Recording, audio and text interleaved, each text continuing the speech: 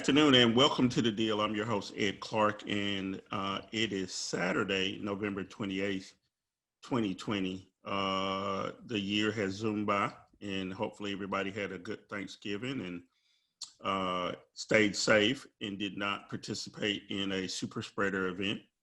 That's all I can hope. People took it seriously. Um, we've been gone for the last couple of weeks. We decided to give you guys a break, and there was enough news by itself, but I think it's time for us to catch up. And so right now, I want to bring in our normal guest, Val Atkinson. Val, noted political scientist and radio talk show host. Val, welcome back to the deal.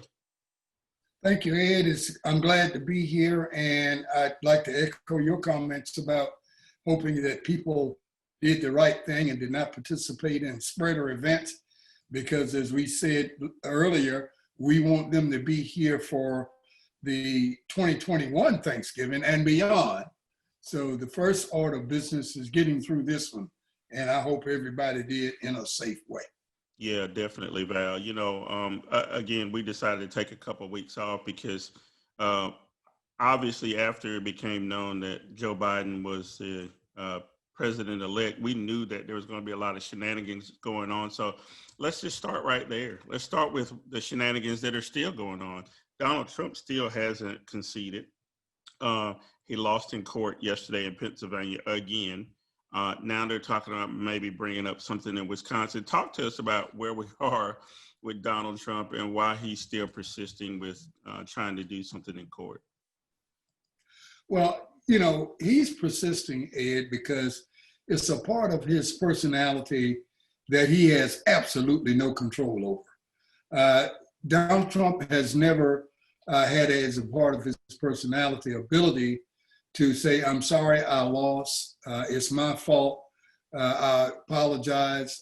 Those kinds of things don't come very natural for him. So he does whatever is natural. That is to continually contest, die with the lie, always be on top of saying, you may come get me, but I'm not coming to you to volunteer my surrender. And this is all he knows. So he won't attend the inaugural, probably. He's already said that he would not. And he'll go down in history contesting this vote. You could talk to him 20 years from now and he'll be saying, I really still don't believe I lost. Maybe they'll prove that I was right after my death. That he just can't bring himself to admit that he did not win. That is an anathema to his persona, the way he presents himself, and he just can't do it. Yeah. Let's talk about what kind of damage, though, this does, him not conceding, not acknowledging that he lost, dragging things out. What does that do for how government is running, how Joe Biden and Kamala Harris will be able to get a good start without having the length of time to plan for the transition? And then also just in general, things like people maybe facing eviction and all those kind of things that are coming up that just aren't being taken care of.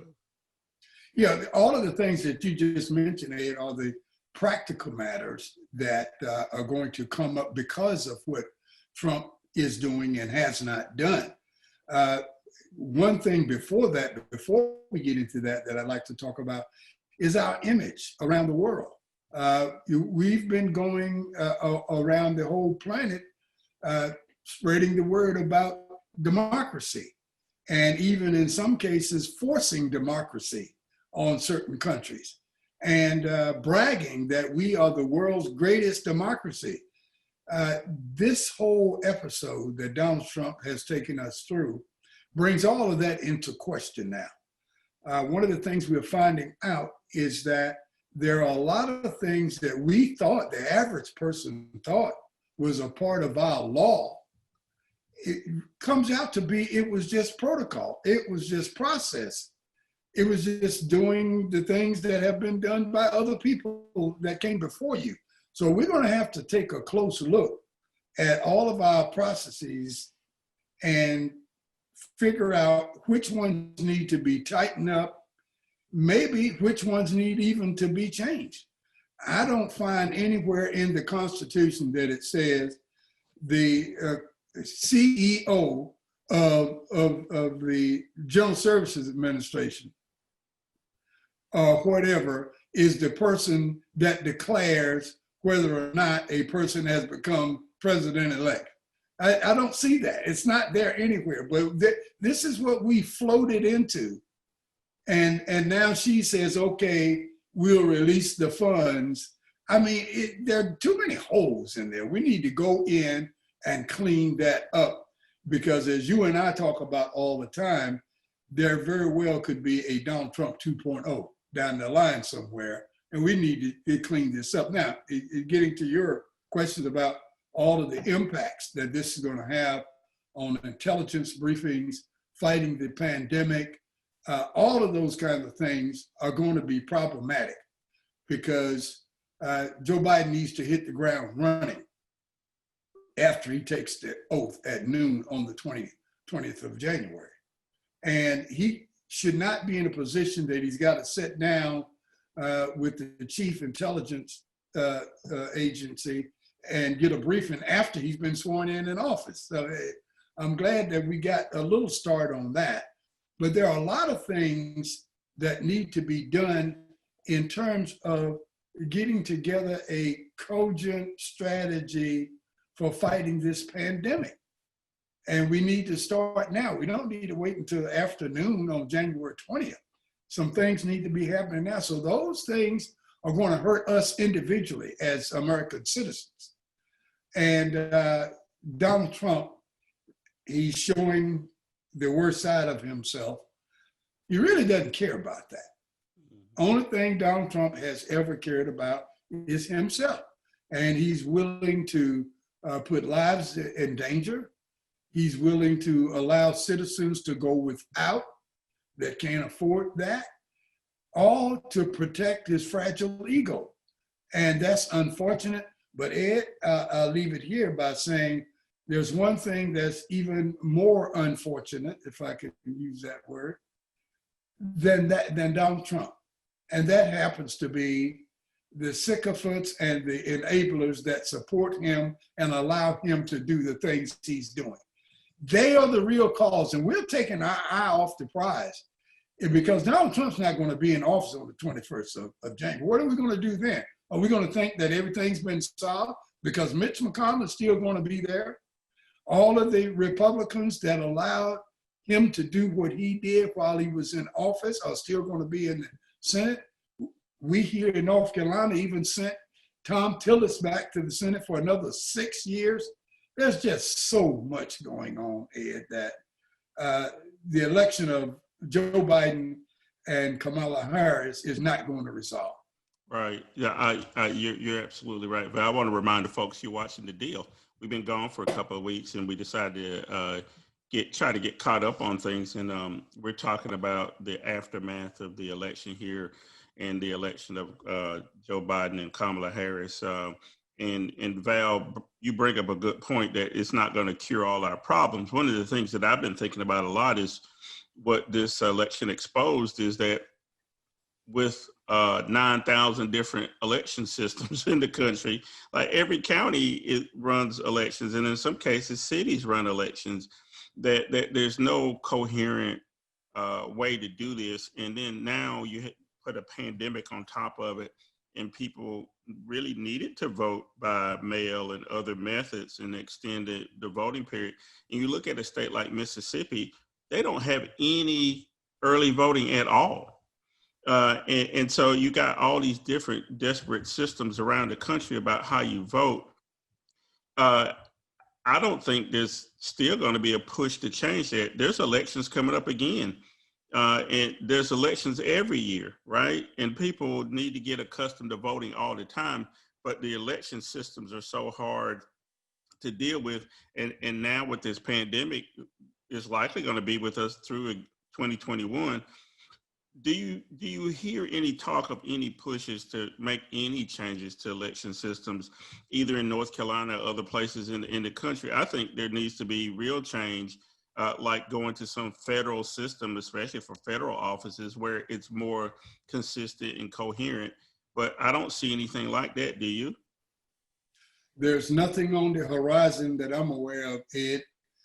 All the attention in that direction is focused on the Electoral College, and people are talking about that. I think it's going to pick up a little bit more steam after this election, and people are going to talk about how we can change things in the Electoral College, or how many things in the Electoral College cause some of the problems that we are having right now, and they're going to make a push to resolve some of it. And there are some things within the Electoral College that could be changed without a destruction of the entire 12th Amendment to the Constitution. There are some things that could be changed that would resolve and prevent some of the problems that we're having right now. And I hope attention is given to that. And I hope Joe Biden gets a commission or a board or whatever he wants to do to study that and come up with some ideas and some suggestions that he can float back toward the president of the Senate, Kamala Harris, and the Speaker of the House, Nancy Pelosi, and ask them to please go ahead and let's get some legislation going so that we can make sure that this kind of thing that happened in the election of 2020 doesn't happen again.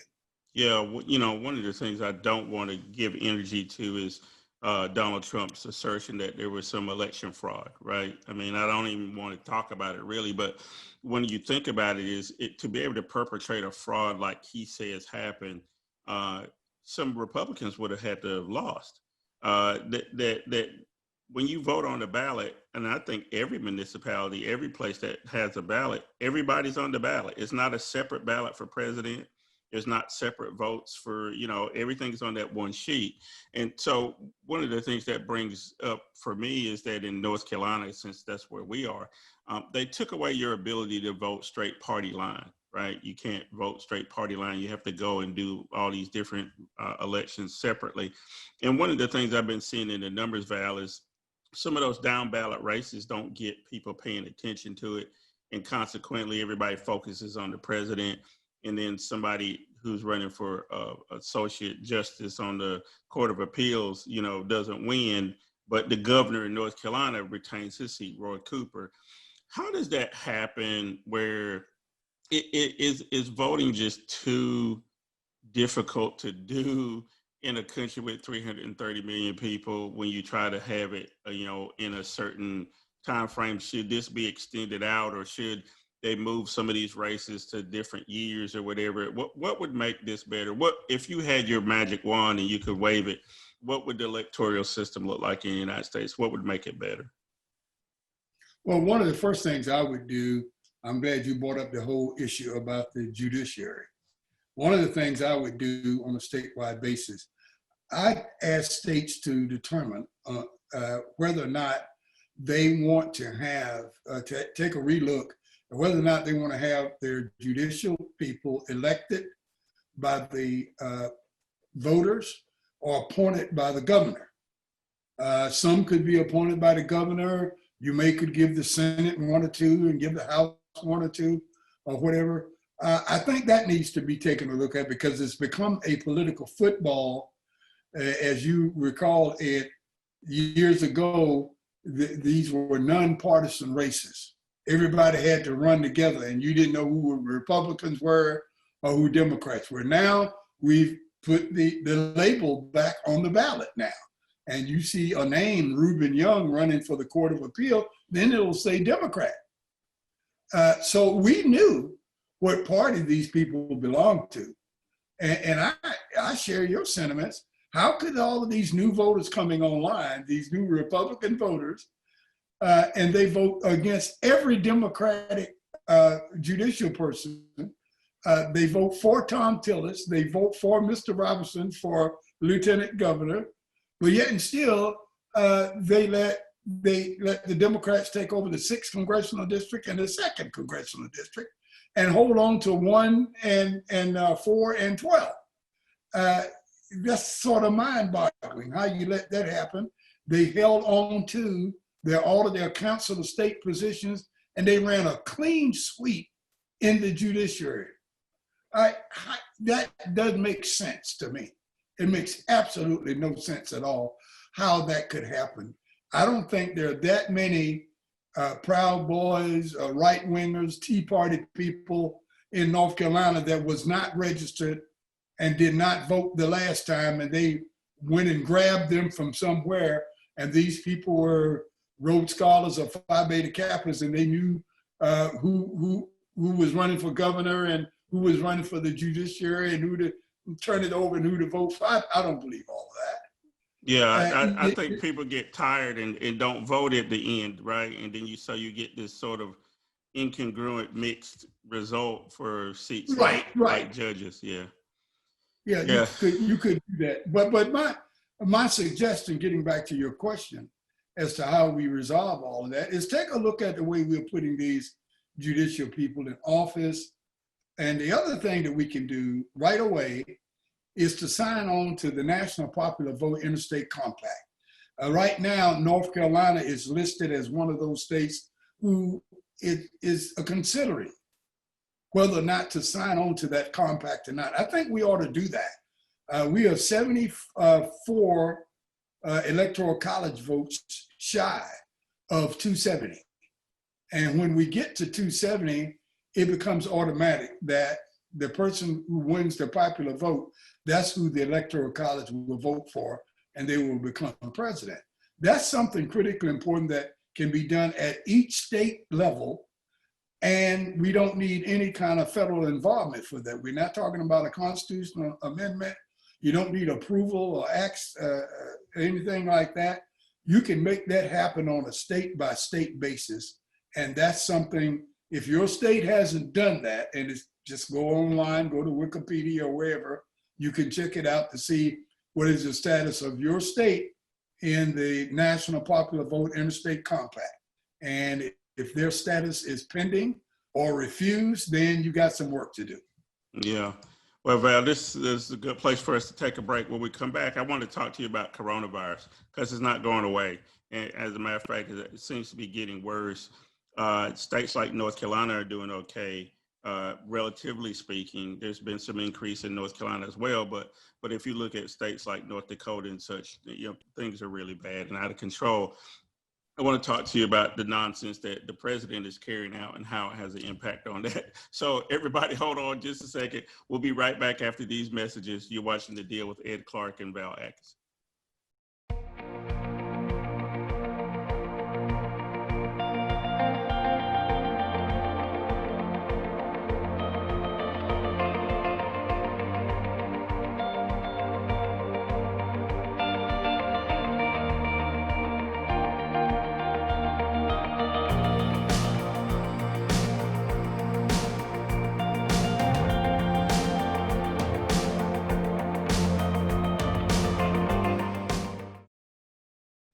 And welcome back to The Deal. I'm your host, Ed Clark. It is Saturday, November 28th. Val, the year is just gone completely by. It's been the craziest year, I think, in the history of the world. Maybe not, but close enough. Hopefully you everybody had a good Thanksgiving. And we were talking about the aftermath of the election and some things about the election. But Val, I want to turn to something that the election is still impacting. Part of the current president's campaign was, don't worry about coronavirus. Don't wear a mask. I got it. Everything's okay. You can get it. And now you're seeing tremendous spikes in coronavirus in places like North Dakota, South Dakota, Iowa, places where Florida, where they never instituted any mask mandates. In the state of Florida, for example, the governor won't even let cities fine businesses for not following mask mandates. I mean, it's just crazy. And more people are dying. Obviously, it has had a tremendous impact on people in long-term care facilities. Talk to me about how the election is still playing into this. There were so many people who bought into the president's position that we shouldn't worry about coronavirus. and now they're starting to suffer. Those people are starting to suffer.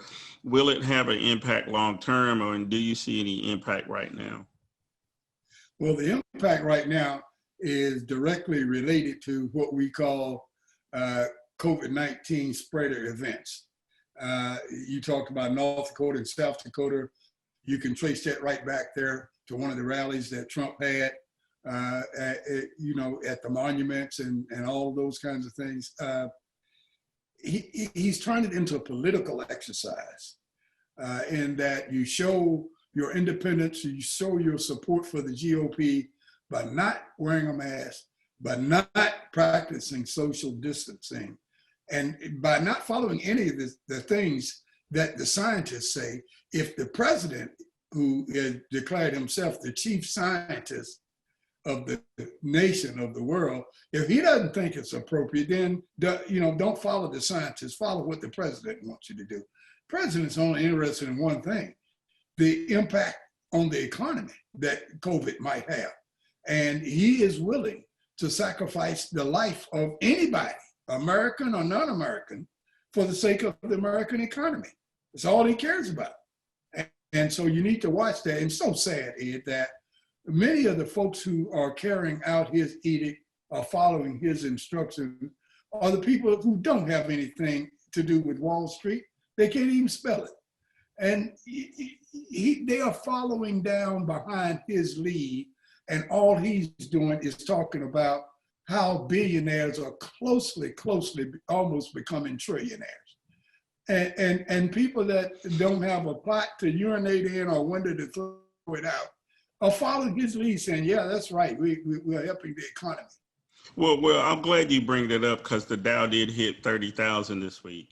And part of it was driven by companies like the software we're using to be able to talk to each other remotely. And then also all these pharmaceutical companies have hit all-time highs because there's been announcements for vaccines and stuff.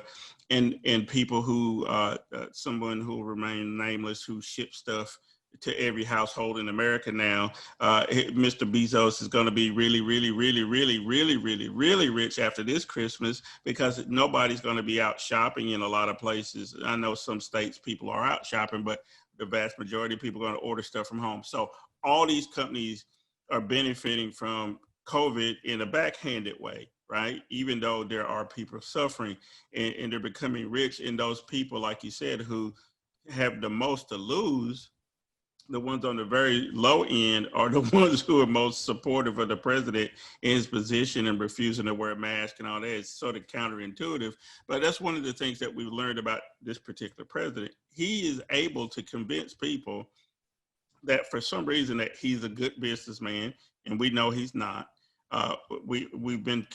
He's been able to convince people that he is a leader. He is not. He hasn't had any other country follow him. As a matter of fact, everybody's probably breathing a sigh of relief that he's not president anymore. But as it relates to COVID, one thing that I saw a few people giving him credit for is this warp speed development of these vaccines. Now, you can say that this has been the most rapid production of vaccine. And as a matter of fact, they're talking about by December 15th, that hospital workers may be able to start get this vaccine. But my position is that we never should have been at this point where we needed to have warp speed, that there could have been things that the president had done. Talk to me about this vaccine. Obviously, in light of what's happened, it's a good thing, but are people going to take it? Great question, Ed. And the answer is, I don't know. Well, that's not the answer I was looking for. The reason that question is so impactful is that if you look at the triage type of setup that they have for who is going to be administered the vaccine first, people are concerned that there may be a little duplicity here.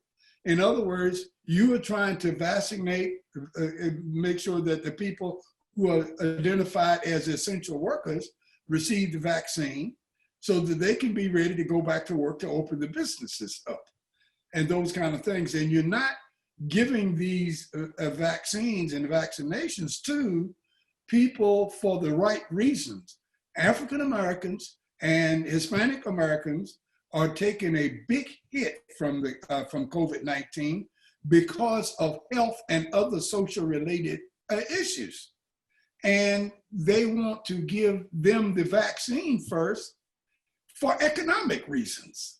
And it doesn't matter, as long as they get that, that'll be fine. Now, there's an exception here. You can talk about first responders and hospital workers and all this kind of things are going to be vaccinated first. And then on down the line, people with pre-existing conditions, the elderly, extended care facilities and those kinds of things. But I can tell you there's one group that's going to be first. That is the rich and powerful. People with money, people with status, people with positions. They are outside of this whole triage thing we've been talking about timeliness of administration of the vaccine. They're outside of that. They're going to step in just like the NBA, NFL players. Those guys get tested every day and get the results back in less than 24 hours. And if you want to get tested, you got to call, you got to make an appointment, and it may be 2, 3, 4 days or a week before you find out. It's time to get tested again. It's going to be the same thing with the vaccine. And that concerns me. That there, with the class system that is a integral part of this nation, we can't even get beyond that when it comes to something as dreaded as COVID-19. Yeah, let's talk about something that's near and dear to both our hearts is sports. One of the things that we saw is the Steelers in the Ravens game was canceled for Thanksgiving because of an outbreak amongst some of the players there. It may or may not be played this Sunday. And then college basketball started back this week. And you see all these tournaments going on with no fans in the stands or a bunch of teams at one location trying to mimic the bubble that, the NBA was going to do. And college football started back, no fans in the stands, not all schools. We know HBCUs just didn't even do it because the risk was too high. What is that going to do for sports long term? What if there's an outbreak in college basketball? That's what I'm afraid of. I'm afraid of because you play so close in basketball that somebody's going to have it and they're not going to be able to do it in college basketball like the NBA where they could bring all the teams in one place. Have you thought about, what college basketball is going to look like? And will there be an NCAA tournament this year either? I mean, it got canceled last year. Well, they're going to have to go through, there are going to be some cancellation, just like it is now in pro football, just like it has been in NCAA football. There are going to be some cancellations and postponements in college basketball as well. And the hope is that you can still get through that through more postponements than you will have cancellations, and wait until there's a time that you can have enough able bodies out there to get to a tournament. Now, once they get to a tournament, it may be a little easier because you have less places and you can control the people when it gets down to the final 8 and the final 4 and those kinds of things. You can control it because you got people in one place. But a yes is the answer to your question. It's going to have an impact on college basketball. It's already started having some impacts already. There are people who are playing without some of their leading players, but they didn't cancel the game. They haven't postponed the game yet, but we'll have to see how that works out, but I'm prepared for that. One thing about the postponement of that Thanksgiving game that everybody was looking forward to, the Steelers and the Ravens, they now settle on a date. They're going to play that game on Tuesday. Of next week. So that will be seen, but we would love to have seen that with the drumstick hanging out of our mouth. It would have been a wonderful, wonderful Thanksgiving to see that game. You always look forward to a nice rock'em sock'em football game on Thanksgiving Day when it's kind of cool out and the leaves are falling. and you're inside, you got the fireplace going, and you're chomping down on the sweet potato pie. Notice I said sweet potato head, not pumpkin. Chomping down on the sweet potato pie, and you got to have that football game going. So we're going to miss it, but hopefully we'll make up for it on Tuesday. Yeah. So the last thing I want to talk to you about, COVID related, the Joe Biden and Kamala Harris administration already have put together a COVID task force. They seem to be more thoughtful about this. Joe Biden's been talking about wearing, mask and maybe not doing a national mask mandate, but at least trying to encourage, governors to do better. He's been meeting with governors. He's put together teams. He's had people talk to Anthony Fauci. And people at the CDC seem to be more at ease, knowing that there's going to be some structure. But there's still almost 50 days to go. That's still a lot of time for this thing to be out of control if the president's not doing anything, if the current president's not doing anything. What do you think the most immediate thing that a Joe Biden administration can do to help with this COVID? If they're not cooperating and giving them information like they should, how's he going to be able to do anything on day one? Well, hopefully they will start giving him more information. He'll be able to sit in and receive briefings and those kinds of things. But if they don't, and we have to plan for that they won't always hope for the best but prepare for the worst. If they don't, he has to be planning right now and have a plan ready to go on day one that does not include any help from Donald Trump. He has to do that. And then if he gets any help from Donald Trump by releasing the things that he should be doing anyway, we'll consider that gravy or, a plus. But Joe Biden's plan has to be as though there will be no help from the Trump administration.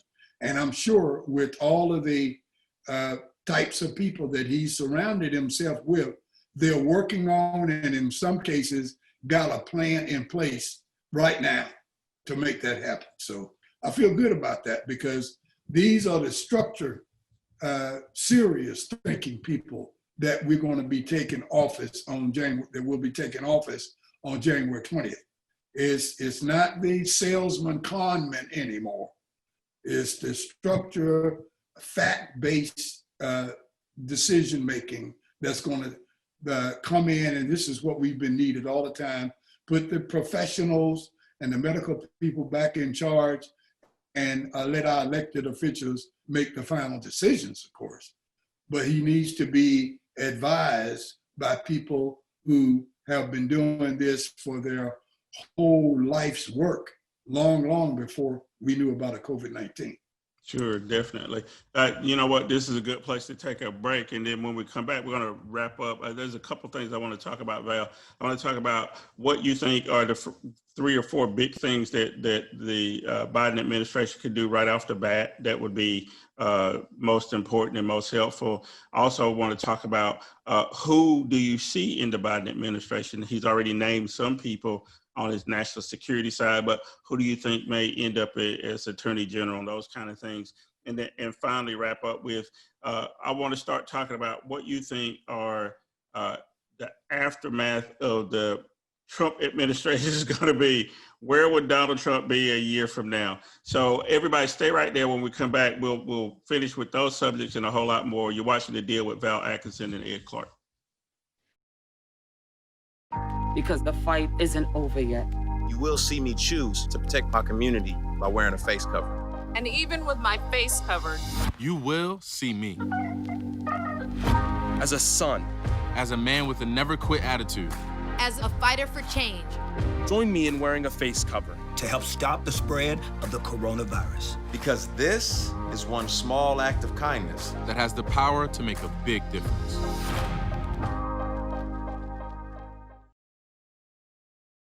(150/90). 180/111. 160/110. I had a stroke. Your blood pressure numbers could change your life. Lowering them could save you from having a stroke. If you've stopped your treatment plan, restart it or talk to your doctor about creating one that works better for you. Start taking the right steps at manageyourbp.org. Now I'm, trying to get better, stronger than ever. And welcome back to The Deal. I'm your host, Ed Clark. That's Val Atkinson over there. He's joining us. It's just me and Val today. We're trying to get caught up. We took some time off to give you guys a break from us. There was obviously, time people needed to spend with their families for the holidays and those kind of things. And also I think I had a hangover from the election, Val. I was just mentally drained from all the worry about what was going to happen in the aftermath election night. I'm sure I was not different from a lot of people.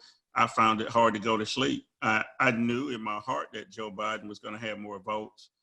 We knew that probably coming in. We knew that he would probably take back some of those states, but we had some trepidation over places like Arizona. Who expected that? Or Georgia? Who expected that?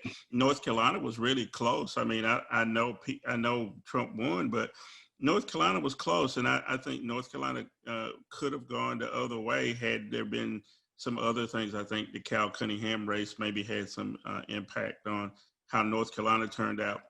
I want to wrap up. Before we took a break, I said we wanted to cover some things. And one of the things I want to cover is what do you think the Biden administration is going to look like when he starts naming some of these people? He's already named a lot of his national security folks, and he's named people like former Senator Kerry as a climate czar, stuff like that. So he's put out people that we know that have either been in the Obama administration or it may be all the way back to the Clinton administration, people that we trust that know government or whatever. Is there anybody that's going to be like an outlier pick? I know people have been talking about people like Bernie Sanders and Elizabeth Warren. I don't think he can afford to pull those people out of the Senate, but you tell me who would be some of the picks that you expect, and if you're not any specific pick, if you can't think of one, but what kind of people do you think are going to end up in the Biden administration? Well, I think on the number one office to fill for the Biden administration has to be the AG, Attorney General. And because of all of the help that Joe Biden got from African Americans to change the direction of the primary and put him over the top in key states like Wisconsin and Georgia and Michigan and Pennsylvania, he's got to know what the key issue is for those people who helped him. And we're talking about social issues. We're talking about police brutality and those sorts of things. And to impact that best, we need someone serving in the role of Attorney General who, if not necessarily African American, but understands what African Americans have been experiencing in this country. So that's going to be key, and that's all eyes are going to be on that. I would say I would be in favor of him going back and doing a retread if he can't find the right new person. Retread means Attorney General Lynch or Attorney General Holder.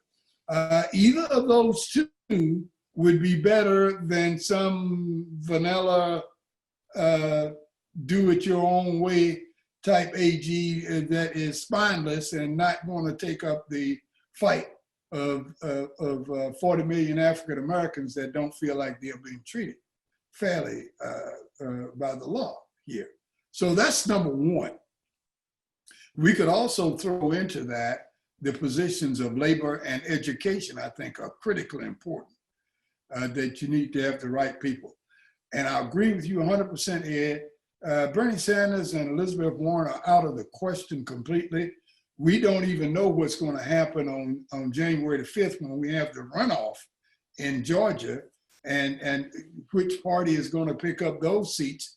But we can't give 2 seats back or have to go through this appointment piece again, trying to replace Elizabeth Warren or a Bernie Sanders. So that's out of the question.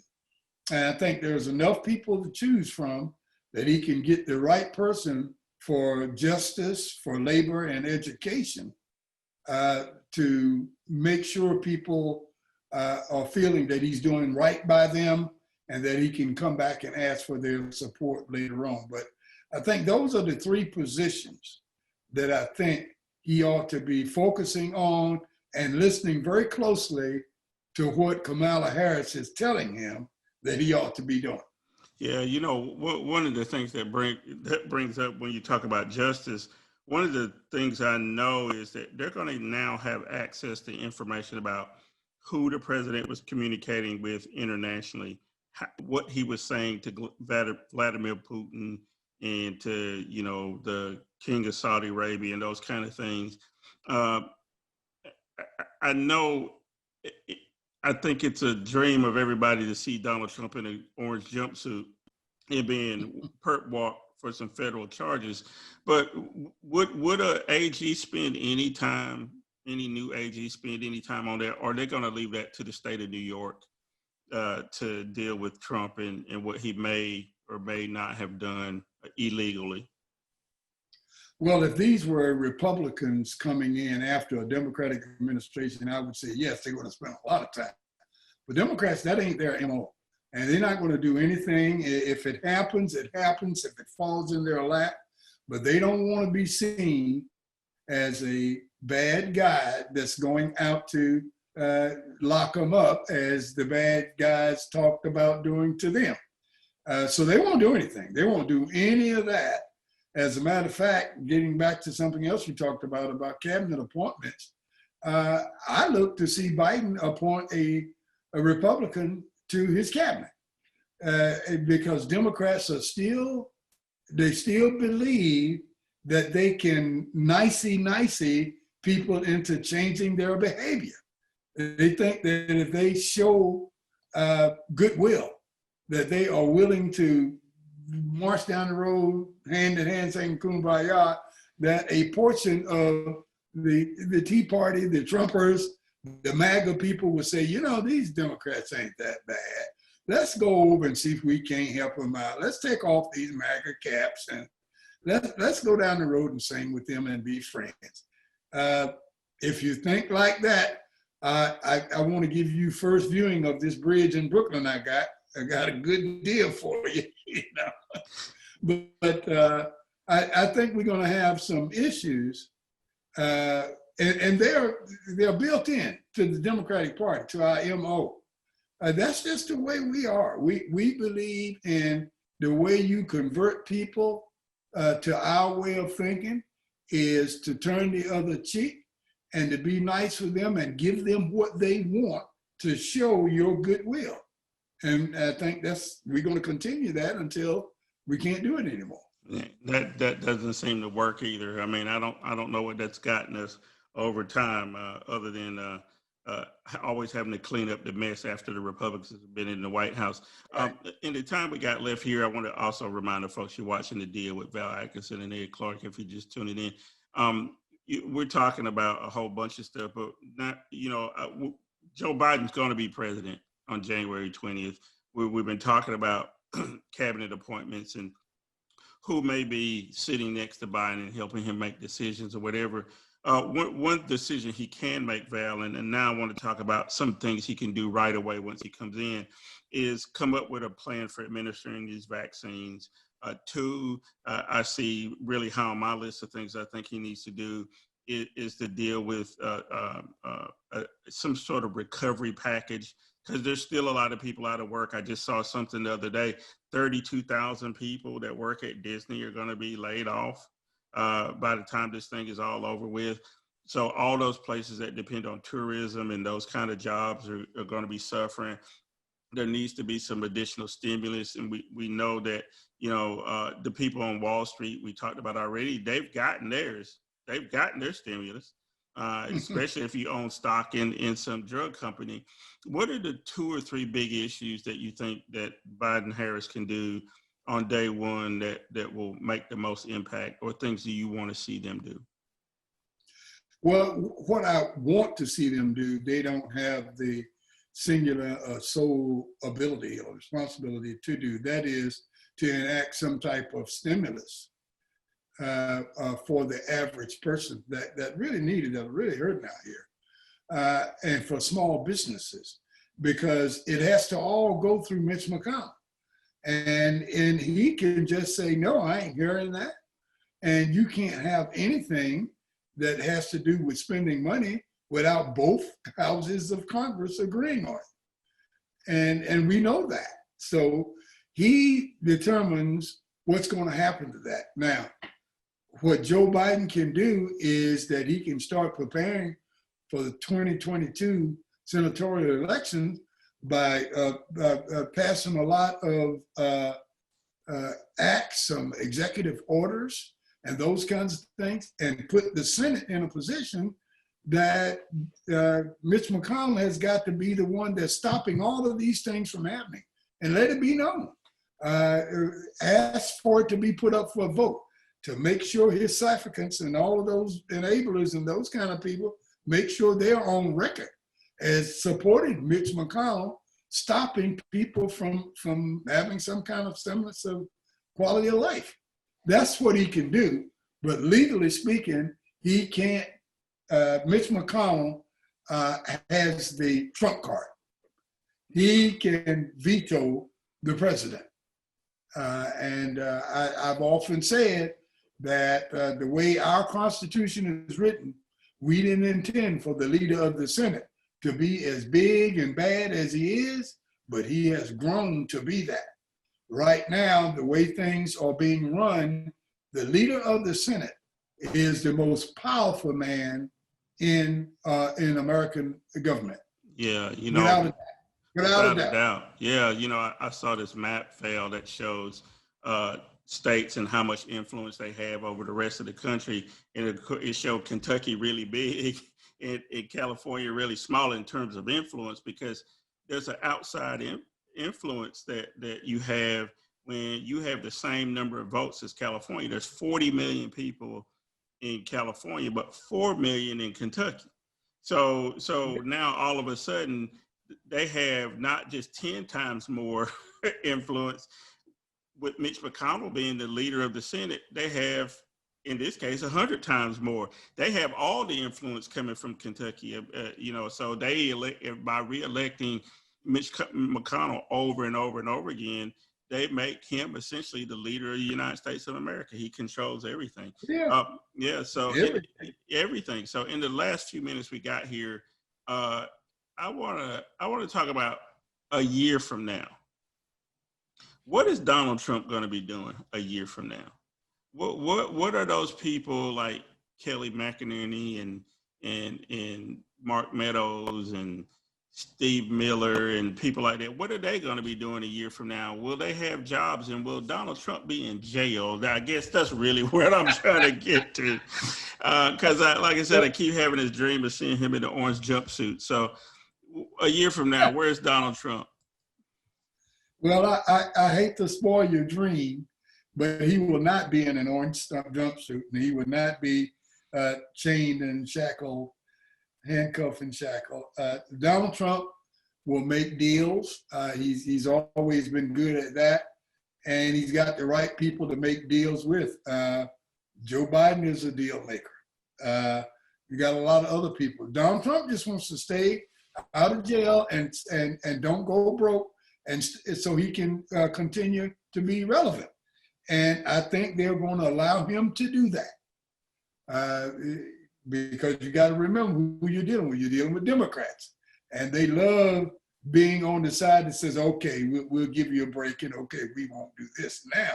Having said that, and also he's president, he's to be a past president of the United States, and that's never happened that we've locked up a president. But that's not going to be the case for some of his supporters. McInerney, you talk about Bill Barr, that's my favorite. That's who I have my dreams about. I want to see him walking. And I think I have a better odds. The odds are better for me having my dream come true than yours is. I think you're right. Simply because I think McInerney and Barr and people like that are going to be subject to perjury. Mm-hmm. They won't be able to get out of coming and testifying. And they're going to perjure themselves. And I think they're going to have to work, and they won't have Donald Trump there to pardon them. Yeah. They won't have Donald Trump there to say, well, I'm using executive privilege and saying this guy doesn't have to come and talk before you, Miss Nancy. So that won't happen. And they're going to have to come and testify before the House and maybe even before the Senate. And when they do that, they're going to perjure themselves. I'm quite sure of that. I don't know, can't tell you right now who is going to do that. The one I'd like to see perjure himself is Bill Barr. Yeah, I'd love to see him over here in Butner. I'd go visit him. But take him some cigarettes so he can trade over in Butner. So that brings up another good point, Val. The whole notion of how many other people the president's going to pardon before he walks out the door. He pardoned General Flynn, Mike Flynn, the other day. Somebody who pled guilty. Who the vice president even got up and said, this man lied to us. And Trump still pardons him, and they're still talking as if this guy's a war hero. But one thing that I heard that I did not realize, that now that he's been pardoned, if he's asked to testify, since he can't incriminate himself, he is compelled to testify against whoever he's been asked to testify against, in this case, probably the president.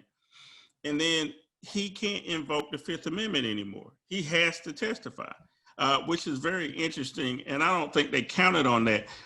So who else do you think he might try to pardon? And now that he knows that he's actually backing himself into a corner, is it possible he won't pardon Manafort? And he won't give a full pardon to Papadopoulos and some of these other people? Well, let me extend your first proposition here. And that is, he can't declare the fifth. That is Flynn. But what he is liable for is perjury. He can still perjure himself when talking about a case that is already finished. So he'll have to watch out for that. And some of the questions they're going to ask him are going to have to do with the president. They're going to have to do with other people, Manafort and Stone and people like that. So this whole investigation could end up being like a Nuremberg trial. I mean, it just expands and expands and expands, and nobody is safe. The only person that's going to be safe is going to be Donald Trump, because I don't think that the Democrats have the nerve to do what's necessary to make him pay for what he's done. So he's going to get away scot-free, but all of his lieutenants under him, they need to start worrying. Well, Val, you let me down again. You let me down again. I was hoping you were going to say that he was, a year from now, he'd be in an orange jumpsuit and he'd be entering Butner, and we'd be going up there to visit Donald Trump in Butner. But I guess you're right. It probably won't happen. Folks, you wasted a good hour of your time listening to me and Val talk. I hope that, again, that people are being safe. And this is on a serious note. You're being safe. You're practicing social distancing. You're wearing masks. You're not taking unnecessary risks. It's not worth it, folks. This thing is not over yet. Even with the announcement of the vaccines, the reality is it's going to be well into next year before you may even have a chance to get the vaccine. And I heard Dr. Fauci last night saying that some people won't even be able to get it until the end of 2021. So be patient. Give Joe Biden and Kamala Harris the opportunity to come into office. They're starting from behind, and I don't know if any administration has come in under circumstances like this before. Bad economy and a pandemic at the same time, and coming off of an awful presidency. So there's a lot to do here. Val, tell me something good that I need to know about the next week, why I should feel okay about all of this. Well, one of the things that you should really feel good about, Ed, is the fact that the Biden administration has put considerable amount of attention on the climate that was missing. from the Trump administration. And I believe John Kerry is going to do a wonderful job. And I think he's going to be embedded in a lot of other agencies. Some of his people are going to be embedded in a lot of other agencies that we are going to, again, take a look at the climate and see how we can clean Mother Earth up again. Yeah, that's a good one. Well, what I'm going to say is that be thankful that there is a vaccine on the horizon. It's not going to be the be all end all, but it does give us some light at the end of the tunnel. I'm thinking the end of 2021, into early 2022. But what that means for everybody here is, again, be good to folks around you. Understand that you could cause somebody else to die because you're asymptomatic and you're spreading COVID-19. Again, like I said, thanks for joining us on the deal. Catch us on Foxy 107, 104 tomorrow on Sunday. If you're in North Carolina, or if you go online, go to foxync.com. You can hear Val Atkinson on Connections at 8 a.m. And then you can always come here to the deal at any time, 24 hours a day, 7 days a week. Let your friends know. I haven't had a new column in a couple of weeks because, again, I was giving everybody a break. I'll have a new piece on Sunday. So go out and check that out and share that with folks. And in the meantime, we'll be back here next Saturday, and we'll catch you up on all the news and talk about stuff. And we'll start bringing guests back in again. We were trying to give folks a break. So have a good Saturday and a good week, and we'll see you next Saturday. You've been watching The Deal. Thanks a lot. Bye.